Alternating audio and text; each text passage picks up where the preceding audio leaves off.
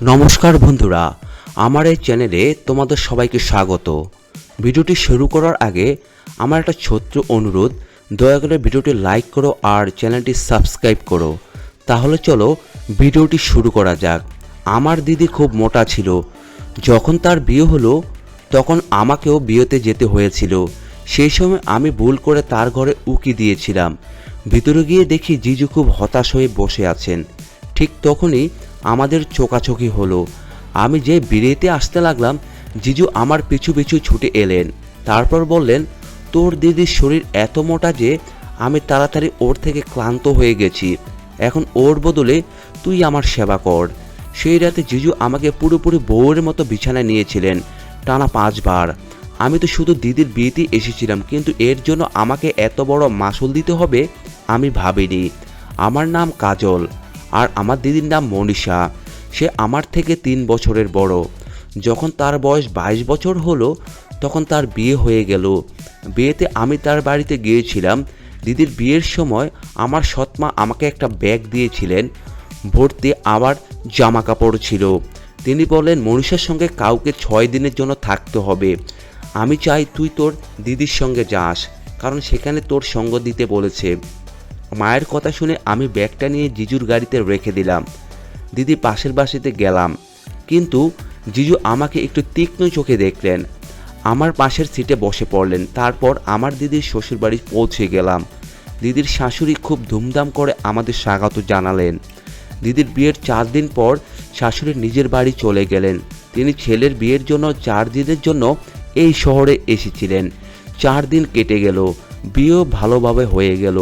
4র্থ দিন আমি আমার বাবার সেখানে ছিলাম। সব কিছু ঠিকঠাক কেটে গেল। আমি যখন বাড়ি ফিরতে যাব তখন দিদির শাশুড়ি আমাকে ঠিক সৎ মায়ের মতোই বললেন, আরেকটু থেকে যা। আমি কিছুক্ষণ থেমে গেলাম। তখন জিজু এলেন, বললেন, তোর যদি কোনো অসুবিধা না হয় তাহলে আর কয়েকটা দিন এখানে থেকে যা। আমি রাজি হয়ে গেলাম। আমার মাও এতে খুশি ছিলেন।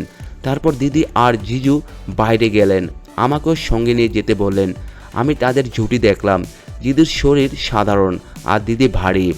রাতে দিদি আমার হাতে খাবারের পার্সেল দিল, কিন্তু আমার খিদে পায়নি। আমি সেটা রান্নাঘরে রেখে নিজের ঘরে চলে গেলাম। তারপর দিদির ঘর থেকে একটা অদ্ভুত আওয়াজ পেলাম। কৌতূহল হলো। আমি গিয়ে দিদির ঘরে উকি দিলাম। দেখলাম জিজু দিদিকে ভালোবাসা জড়িয়ে বসে আছেন, কিন্তু দিদি নাক ডেকে ঘুমাচ্ছেন। মনে হলো জিজু যেন এটাই তার দিকে হাত বাড়াচ্ছেন। আমার তার জন্য একটু মায়া হলো। মনে হলো জিজু হয়তো দিদির কাছ থেকে সেসব সেবা পাচ্ছেন না যা তার চাই। আমার এসব দেখে চুপচাপ ঘরে ফিরে যাওয়া উচিত ছিল। পরের দিন রাতে আবার তাদের দেখলাম। দিদি তখনও গভীর ঘুমে। জিজু তার বিছানায় বসে আছেন। তার মুখে হতাশার ছাপ দেখলাম। ঠিক তখনই জিজু আমার দিকে তাকালেন। আমাদের চোখাচোখি হলো। আমার লজ্জা লাগলো যে আমি তাকে দেখে ফেলেছি। আমি তাড়াতাড়ি ঘরে গিয়ে দরজা বন্ধ করে দিলাম। পরের দিন সকাল থেকে বেরোতে দিদি আমাকে আটকালো, বলল, তোকে 1 সপ্তাহের জন্য বাড়ি যেতে হবে, তোর পরীক্ষা আছে। আমি পরীক্ষার কথা বললাম। দিদি আমাকে আটকাতে পারলো না। বাড়ি ফিরে পড়াশোনা মন দিলাম। পরীক্ষার আর কয়েকটা দিন বাকি ছিল। ঠিক তখনই জিজুর ফোন এলো। তার আমাকে খুব দরকার। আমাকে তাদের বাড়িতে ডাকলেন, বললেন, দিদির জন্য খুব মন কেমন জানি করছে। সে সবসময় কাঁদে আর তোকে ডাকতে বলে। আমি তার কথা শুনে তাড়াতাড়ি দিদির বাড়িতে চলে গেলাম। আমি আমার বোনকে খুব ভালোবাসি। যখন থেকে ওদের বাড়িতে এলাম সেখানকার পরিবেশ খুব শান্ত লাগলো। এক রাতে মজা করতে গিয়ে জিজুর গলায় হাত দিয়ে জড়িয়ে ধরলাম। ভেবেছিলাম দিদি একটু রাখবে, পরিবেশটা হালকা হবে, কিন্তু তার বদলে দেখি দুঃখী চোখে আমার দিকে তাকিয়ে রান্নাঘরে চলে গেল। আমার ঘরে ধোঁয়ার গন্ধ পেলাম। বাইরে গিয়ে দেখি জিজু চেয়ারে বসে সিগারেট খাচ্ছেন। আমি তার কাছে গিয়ে সিগারেটটা ছিনিয়ে নিয়ে জিজ্ঞেস করলাম, সব ঠিক আছে তো জিজু? তিনি কোনো উত্তর দিলেন না। আমার হাত ধরে ঘরে নিয়ে গেলেন, কিছু দেখাতে চাইলেন। তারপর বাইরে নিয়ে এসে বললেন, আমার বিয়ে তো এই মাত্র হয়েছে, কিন্তু আমার বউ দিনরাত ঘুমায়। আমি তাকে কিছু খুঁজতে পরামর্শ দিলাম। আমার ইন্টারনেটে দেখলাম বউকে কিভাবে খুশি করানো যায়। তিনি আমার সাহায্যে দিদির নতুন জন্য জিনিস কিনে আনলেন। খুব ভালোবাসা সেগুলো এনে দিলেন। আমার জন্য কিছু নতুন জিনিস এনে দেখালেন। মনে হলো তিনি যেন বউকে খুশি করতে চান, কিন্তু আমার মনে হচ্ছিল তিনি আমাকে খুশি করতে চাইছেন। আমার আর জিজুর মধ্যে একটা ছোট ঝগড়া হয়ে গেল। আমি মা বাবাকে এটা বলিনি, দিদিও বাড়িতে কিছুই বলেনি। কয়েকদিন ধরে তাদের ঝগড়া চলছিল। তারপর একদিন তাদের বাড়িতে দিদির বয়সী একটা মেয়ে এলো। সে খুব সুন্দর ছিল। সে দুজনকে বোঝালো, তার আসার পর ঝগড়া কমে গেল। আমি দিদিকে জিজ্ঞেস করলাম ও কে? দিদি বলল ও জিজুর বোন। কিছুদিন আগে আমি যখন ছিলাম না তখনও তাদের মধ্যে ঝগড়া হয়েছিল। ও তাদের সাহায্য করতে এসেছে। তার আসার পর থেকে ঝগড়া কমলেও পুরোপুরি মিটল না। পরের দিন জিজু ফিরে দিদিকে বললেন আমার পেটে একটু মালিশ করে দে, আমার লেগেছে। দিদি তার দিকে কান দিলেন না, মোবাইলে মগ্ন ছিলেন। আমি জিজুকে মালিশ করতে দিলাম। তিনি আমার প্রশংসা করে বললেন আমার বোন আর তুমি দুজনের মধ্যে অনেক তফাৎ। এরপর জিজু চাকরি বাড়ি থেকে করতে লাগলো। পরের দিন আমি যখন গোসল করতে গেলাম হঠাৎ নলে পানি আসা বন্ধ হয়ে গেল। আমি দিদিকে ডাকতে লাগলাম কিন্তু তার মন মোবাইলে। আমি দরজা খটখটালাম, দরজা খুলে রাখে দিয়ে দিলাম। দিদি বললাম তুমি ভেতরে আসতে পারো। ঠিক তখনই জিজুর সঙ্গে অপ্রত্যাশিতভাবে দেখা হয়ে গেল। আমি তোয়ালে জড়িয়েছিলাম, চালাকি করে বললাম পানি আসছে না। জিজু তৎক্ষণাৎ বালতি নিয়ে এসে পানি আনতে গেলেন। আমি তাড়াতাড়ি গোসল ছেড়ে বেরিয়ে গেলাম কিন্তু দিদিকে কোথাও দেখলাম না। জিজুকে জিজ্ঞেস করলাম দিদি কোথায়? তিনি বললেন তোর বোন ইন্টারভিউ দিতে গেছে, সেদিন রাতে আমাকে এটাও জানায়নি। দিদি এমন ফোন কেন করছে বুঝতে পারছিলাম না। সন্ধ্যায় দিদি ফিরল। আমি জিজ্ঞেস করলাম ইন্টারভিউ দিতেই যাচ্ছিলি, আগে আমাকে কেন বলনি? সে বলল তোর এত বয়স হয় জেনে সব কিছু তোকে বলবো। এটা আমার বাড়ি, আমি যা চাই তাই করব। তার কথায় আমার রাগ হলো। আমি বললাম এখন তোমার চাকরি খোঁজার দরকার নেই, তোমার আসল দরকার তোমার বাড়িতে। তুমি অকারণে অপ্রয়োজনীয় কাজ করো। সে বলল মনে হচ্ছে তুই আমার থেকে বেশি আমার স্বামীর বেশি খেয়াল রাখিস, তাহলে তুই ওর দেখাশোনা কর। সে খুব উত্তেজিত হয়ে উঠল। আমি রেগে গেলাম। সে এই বলে ঘরে চলে গেল। আমাকে যেতে হবে না। আমাদের ঝগড়ার মাঝে জিজু বাড়িতে ছিলেন না। আমি কাঁদতে কাঁদতে ঘরে গেলাম। জিজু আমাকে কাঁদতে দেখলে বললাম কাজল এবার বল তোর কি হলো? আমি বললাম আমার বোন খুব রেগে আছে, তার ছোট বোনের জন্য তার কোনো চিন্তাই নেই। দিদিও আমাকে কাছে নিয়ে কিছু ঘরে চলে গেল। জিজু আমাকে বোঝালেন মনীষার কথা তুই কোনো কান দিসই না, সে এখন আমার সঙ্গে এমন ব্যবহার করে, ওকে এখন একা ছেড়ে দে, তোকে আমার জন্য এই বাড়িতে থাকতে হবে। জিজু আমার চোখের জল মুছে আমাকে জড়িয়ে ধরলেন। তার জড়িয়ে ধরার পর আমার একটা অন্যরকম লাগতে শুরু করলো। তারপর আমি সারা রাত ভালোবাসার গান শুনতে লাগলাম। আমার মোবাইলে সব জুটের রিলস ভেসে উঠল। সেই রিলসগুলো আমার মনের উপর আরও বেশি প্রভাব ফেললো। সারা রাত আমি জিজুর কথা ভাবতে লাগলাম। পরের দিন সকালে দেখলাম দিদি রেগে মেগে অফিসে যাচ্ছেন। এখন দিদির নতুন চাকরি হয়ে গেছে। দিদু আর জিজুর মধ্যে আবার ঝগড়া শুরু হয়ে গেল।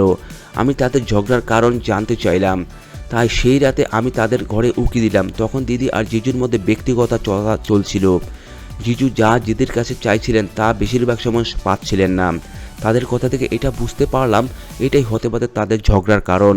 দিদি তার মোটা শরীরের জন্য জিজুকে সেই সুখ দিতে পারছিল না যা তিনি চাইছিলেন। ঠিক তখনই ধরছিলাম জিজুর শরীর দিকে ধীরে ধীরে আমার দিকে নজর আসছে। পরের দিন সকালে দিদি অফিসে চলে গেল। তারপর হঠাৎ সে কাঁদতে শুরু করলো। দিদির শরীর দেখে জিজু তাড়াতাড়ি ডাক্তারকে বাড়িতে ডাকলেন। ডাক্তার চেক আপ করে জানালেন দিদি গর্ভবতী। দিদি আর জিজুর মধ্যে মা বাবা হতে চলছেন। সেই খুশির মুহূর্তে জিজুর মুখে খুশি আর চিন্তা দুটিই ছিল। দিদি খুব খুশি ছিল, তাকে এখন বিশ্রাম দরকার, কিন্তু তবু সে চাকরি ছাড়লো না। দিদি গর্ভবতী বলে বোঝার পর জিজু আমার সঙ্গে মিষ্টি মিষ্টি কথা বলতে শুরু করলেন। মোটা শরীরের জন্য দিদি আগে বাড়ির কাজও করতে পারতেন না, এখন তার আরও বেশি দরকার হয়ে পড়ল। জিজু আমাকে বললেন এখন তোকে আমারও বেশি দেখাশোনা করতে হবে। দিদি আমার সঙ্গে কথা বলছিল, জিজুর মুখে একটা আলাদা হাসি ছিল। রাতে দিদিকে ঘুমাতে দেখে জিজু আমার ঘরে এলেন, বললেন এখন তোকে আমার ওপর খেয়াল রাখতে হবে, যেমনটা দিদি বলছে। আমার পিঠে একটু ব্যথা করছে, তুই একটু মালিশ করতে পারবি? আমি জিজুকে না বলতে পারলাম না। মালিশ শুরু করলাম।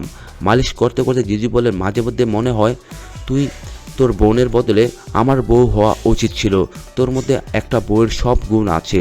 তারপর বললেন তোর হবু বর খুব খুশি থাকবে। আমি আগে তার উপর রাগ করার চেষ্টা করেছিলাম, কিন্তু তার কথা শুনে আমার এখন ভালো লাগলো। আমার মুখে হাসি ফুসে উঠল। আমি সবসময় মোবাইলে রিলস দেখলাম। রিলে প্রতিটা মেয়ে তার সঙ্গীত জীবন দেখে আমারও মনে হতো আমারও একটা এমন সঙ্গী থাকা উচিত ধীরে ধীরে আমার নজর জিজুর দিকে দেখতে লাগলো। এই নজর বদলানোর কারণ ছিল রিলস। একদিন আমি জিজুর পিঠে আধা ঘন্টা ধরে মালিশ করলাম, তারপর ঘুমোতে যাওয়ার আগে আবার ঘন্টার পর ঘন্টা রিলস দেখলাম। কয়েকদিন পরে আমরা দুপুরে বাড়িতে একা ছিলাম। আমি সহজে জিজুর ঘরে গেলাম। সেখানে আমরা খোলামেলা কথা বলতে লাগলাম। তারপর আমি লজ্জা না করে জিজ্ঞেস করলাম, জিজু আপনার দিদির মধ্যে কি সব ঠিক আছে তো? তার মুখে একটা অদ্ভুত ভাব ফুটে উঠল। তিনি বললেন, তোর বোনের মধ্যে আমার শরীরে খারাপ হয়ে গেছে। আমি সেদিন খুব মনমরা ছিলাম, এখন আর কথা নিয়ে লজ্জা করছিলাম না। তাকে আমি সত্যি কথা বলতে চাইলাম। মোবাইলে তুলতে গিয়ে নিচু হলাম, আমার ওড়না পড়ে গেল। জিজু আমার চোখে তুলে ওড়না আমার গায়ে লাগিয়ে দিলেন, কিন্তু আমাদের চোখের ভাষা সম্পূর্ণ আলাদা ছিল। আমি এক গ্লাস পানি চাইলাম, তিনি আমাকে নিজ হাতে পানি পান করাতে লাগলেন। আমার গায়ে পানি পড়ে গেল। তারপর কিছুক্ষণ পর তার ভাগ্য আমার উপর মেহেরবান হলো। কিছুক্ষণ পর তিনি আমার খুব কাছে গেলেন, বললেন, শালিও অর্ধেক ঘরওয়ালি হয়। আমি বললাম, আমার নিজের স্বামী হওয়া উচিত। জিজু হেসে বললেন, আমি সবসময় তোকে এই অধিকার দিতে চেয়েছি, কিন্তু তখন তোর মনের কথা জানতাম না। আমি বললাম, আমি আপনাকে সেই অধিকারে দেব যা আপনি চান। তিনি আমাকে কাঁধে তুলে নিলেন, বিছানায় বসালেন। বাড়িতে কেউ ছিল না, দরজা বন্ধ করা হয়নি। আমরা দুজনে রোমান্স করছিলাম। হঠাৎ দরজায় তার বোন দাঁড়িয়ে। সে জিজুকে জিজ্ঞেস করে বলল, অভিষেক তুমি এসব কী করছো? আমি তাকে বললাম, মা তুমি জিজুর বউ, তোমার এটা জিজ্ঞেস করা উচিত নয়। আমরা দুজনে সম্মতি ছিলাম। আমি তাকে ঘর থেকে বের করে দিলাম, কিন্তু সে আবার ঘরে এলো। আমি যা যা তার বোনের সঙ্গে বলেছিলাম সে ধরে ফেললো। এইসব দিদির কানে যাচ্ছিল। জিজু এই মেয়েকে তার বোন বলে পরিচয় দিয়েছিল, কিন্তু আসলে এটা ছিল জিজুর প্রথম বউ। তাদের প্রেমের বিয়ে হয়েছিল। এই মেয়েটার নাম ছিল মনিকা। মনিকা একটি দুর্বল এবং রোগা ছিল, তাই 4 বছরে তাদের কোনো সন্তান হয়নি। জিজু তখন একটা ভালো গড়নের মেয়ের সঙ্গে বিয়ে করতে বললেন, যাতে তাড়াতাড়ি গর্ভবতী হয়। মনিকা সবসময় মোটা মেয়েকে ঘৃণা করত। এটাই ছিল তাদের ঝগড়ার মতার কারণ। যখনই মনিকা তাদের বাড়িতে আসতো আর জিজুকে বোঝাতে চাইতো, তখন তিনি দিদির কাছে যেতেন এবং ভালো ব্যবহার করতেন। মনিকা বারবার বোঝাতো দিদির সঙ্গে ভালোবাসা থাকতে, যতক্ষণ না তাদের সন্তান হয়। দিদি চাইতো আমি সত্যিটা বলি, কিন্তু আমি জিজু আর তার নকল বোনের মেসেজ দেখেছিলাম, তাদের কথাও শুনেছিলাম। আমি দিদিকে সব কিছু খুলে বললাম, কিন্তু সে আমার উপর ভরসা করলো না। তখন আমাকে জিজুর সঙ্গে সম্পর্ক তৈরি করতে হলো, যদিও আমি চাইনি। একদিন আমি জিজুকে পানি আনতে পাঠালাম। দিদি আর মনিকাকে ভিডিও কল দিলাম, যা যা হচ্ছিল সব দেখালাম। মনিকা ছুটতে ছুটতে এসে পড়লো। তখন দিদি আমাকে বলল, কাজল আমি তোকে ভুল বুঝেছিলাম, তোর এই গল্পটা বুঝে আমি বুঝে গেছি। জানতাম না তুই এত জন্য ভালো উপকার আমার জন্য করেছিস। আমি আজ তোর জন্য আমার একটা জীবন বেঁচে গেল। দিদি তার স্বামী এবং মনিকার বিরুদ্ধে FIR করলো। পুলিশ তাদের গ্রেফতারও করলো। 2 মাস পর দিদি একটা সন্তানের জন্ম দিল। সে যখন 7 মাসের হলো, তখন তার জন্য একটা ভালো সম্বন্ধ এলো। সে আগে থেকে বিবাহিত ছিল, কিন্তু তার স্ত্রী আর নেই। তার দিদি তার হবু স্বামীর সঙ্গে ভালোভাবে মানিয়ে নিল। তার স্বামী আবার তার ছেলেকেও মেনে নিল। যে মানুষ আমাদের যেমন আছে তেমনভাবে গ্রহণ করেছে, সেখানে সত্যিকারের ভালোবাসা। এটা সত্যি যে যেখানে ভালোবাসা সত্যি হয়। বন্ধুরা, এই গল্পটা তোমাদের কেমন লাগলো কমেন্ট বক্সে জানিও। যদি আমাদের চ্যানেল সাবস্ক্রাইব করে না থাকো, তাহলে সাবস্ক্রাইব করে বেল আইকনটা অন করে দিও। সকলকে ধন্যবাদ।